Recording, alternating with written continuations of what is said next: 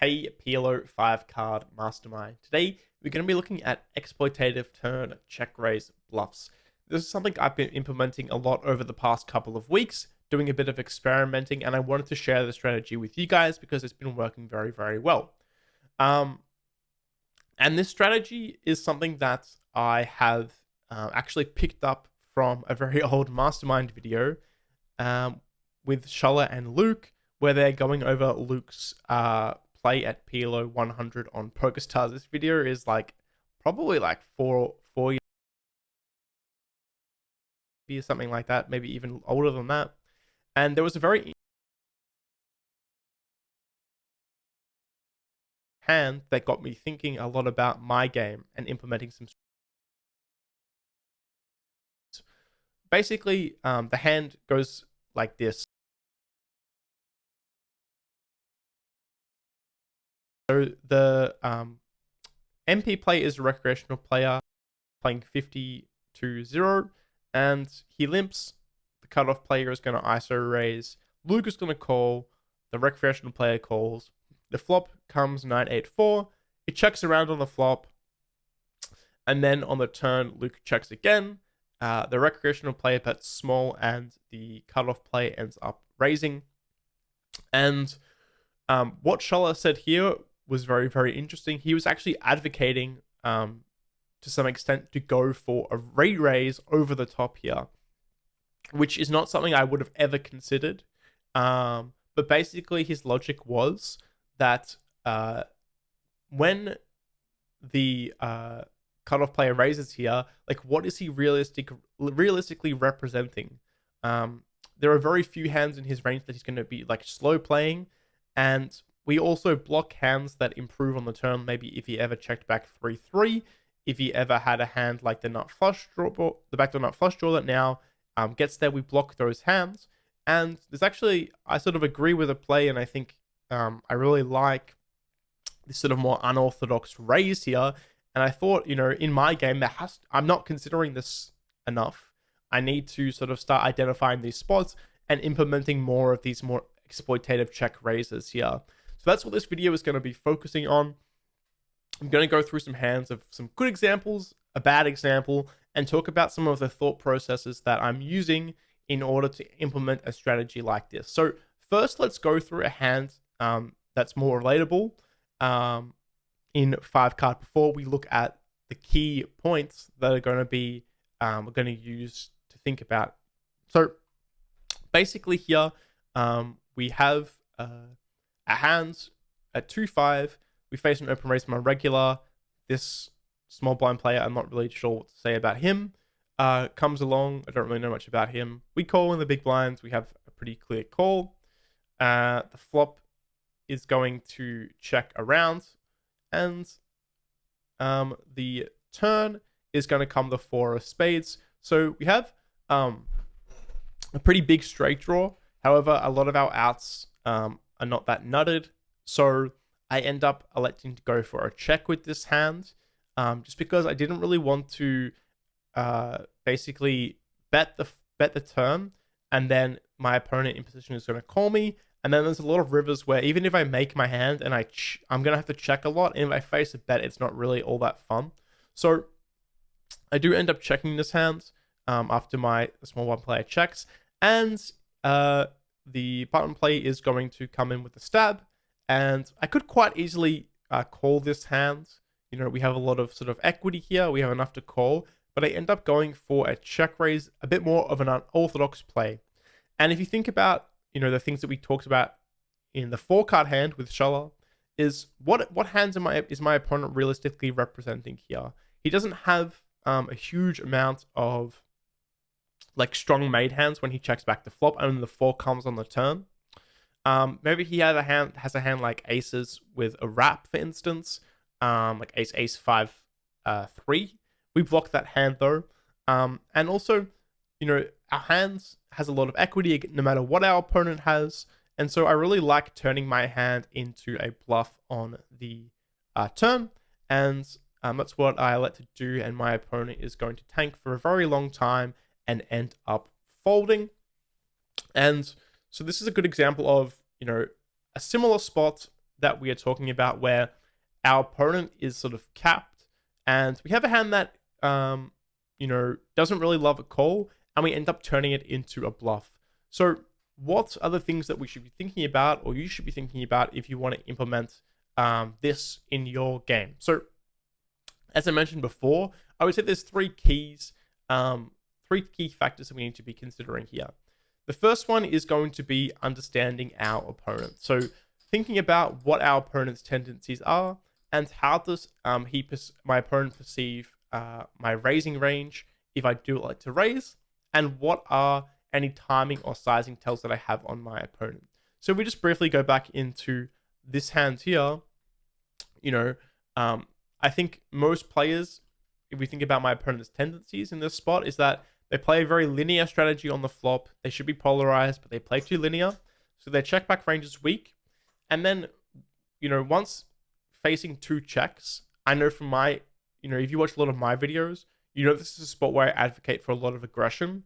And this player is regular. I've played against him a bunch. I know he's capable of being aggressive, especially in a spot like this. It's a very obvious spot to turn a lot of hands into bluffs here because, again, most of the time, the blinds here are very capped. And so I know that he's going to have a bunch of hands that will fold to a check raise. And I think a lot of players here, when they see a check raise versus a delay c-bet, they often give a lot of credit because it's a very unorthodox, not unorthodox line, but it's not a very common way to play a lot of hands like that. So most players will perceive it to be very, very strong, and we get a lot of fold equity. I didn't really have any sizing tells or timing tells, but we'll talk about that in a following hand. The second thing that we want to be considering is information from the previous street. Is my opponent sort of capped? And again, what does his tendencies say about his range? We kind of already addressed this, as I mentioned before. I don't think he's capable of having a slow plays here or strong made hands, especially with a sort of semi-recreational play in the small blind. He's probably going to bet a lot of those hands. And again, if players aren't polarized, then their check back range becomes very weak. And that means he's going to certainly lack in a lot of strong hands here. We know he's going to be delay c-betting pretty aggressively, or that's what I believe to be the case. The third thing is our hand selection. So when we are choosing hands to check raise bluffs, we generally should always choose hands that are good checks to begin with. My hands, for instance, as I've mentioned a few reasons why it makes for a good check.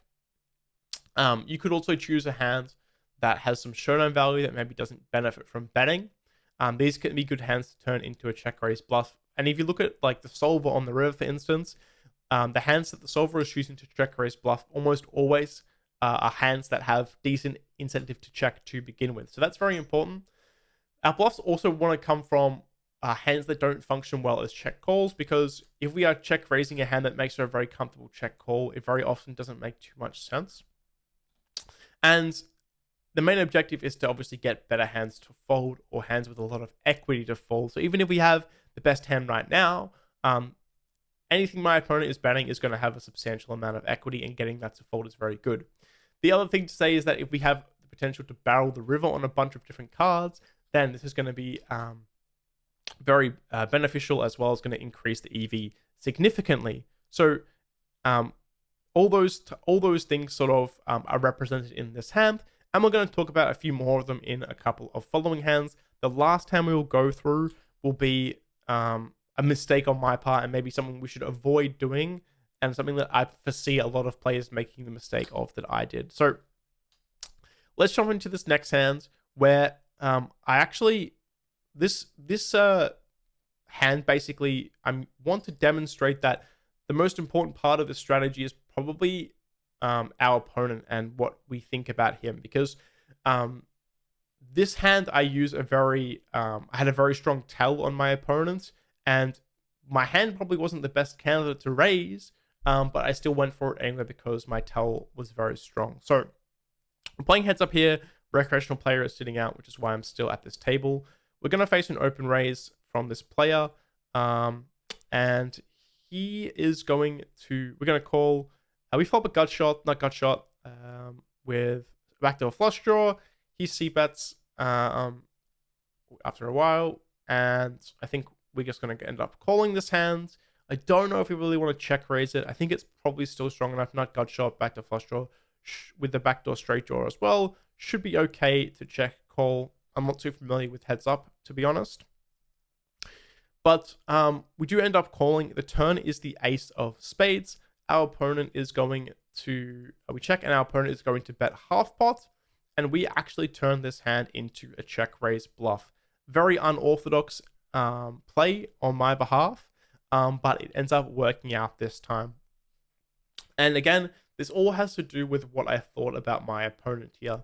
So I had a couple of reads on this play. I haven't played too much against him, but I had a very strong read that he had two sizings in a lot of spots, and that pot sizing was very often used when he had a very strong hand.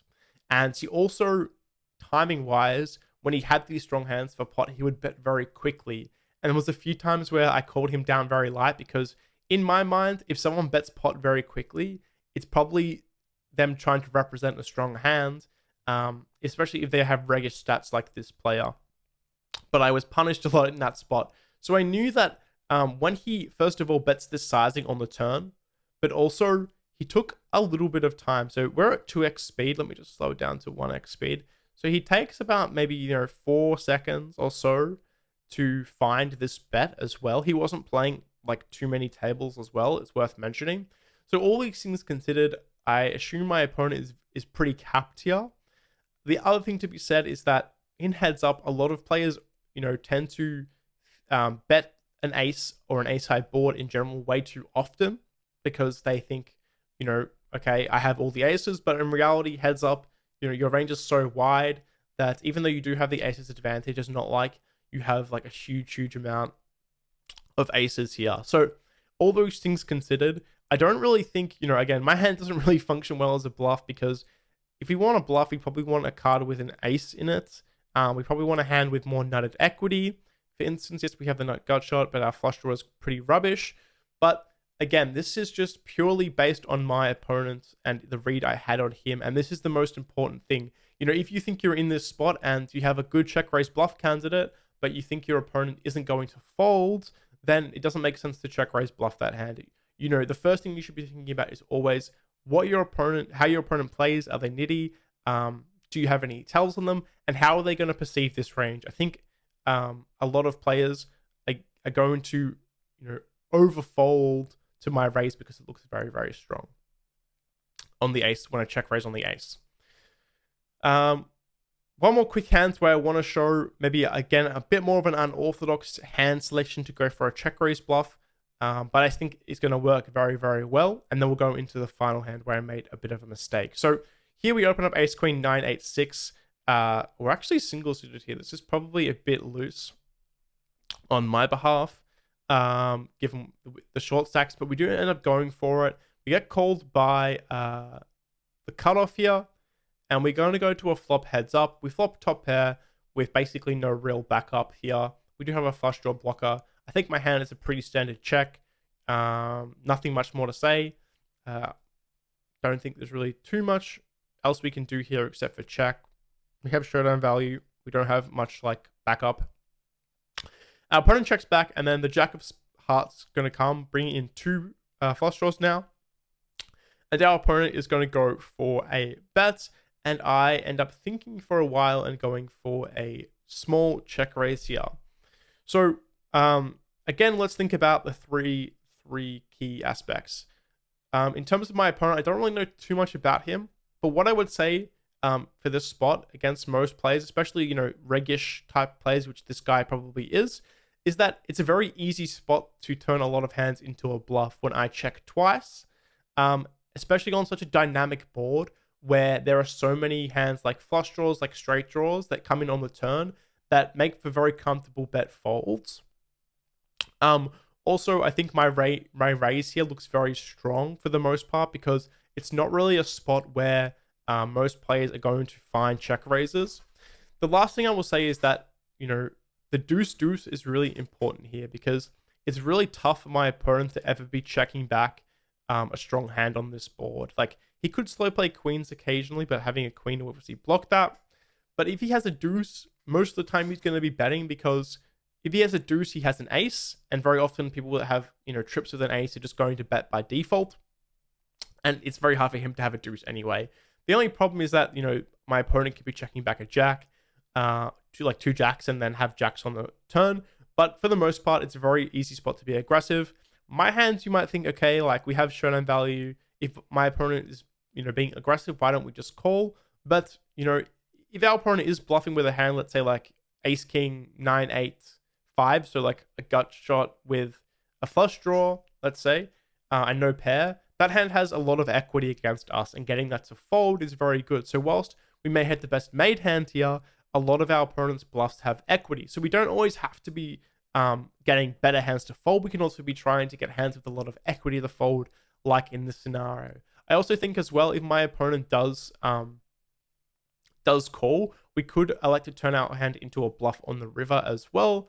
But that is maybe up for debate depending on what card comes. But it's certainly an option, given the fact that we don't have any flush, we don't have a flush draw, and our flush draw blockers are not that high. So we unblock a lot of our opponent's folds if he does decide to call. But luckily for us, he does end up making the fold. Now, I want to go through one last hand. And this is an example of a hand where I think it's a good spot to go for a check raise, but I don't really know if I like my hand. And this is probably a pitfall that I could see a lot of players falling into after having watched this video. So we have queen, queen, 8, 7, 5 in the small blind. It's going to fold to us. We make an open raise, and our opponent is going to 3-bet us, and we end up flatting.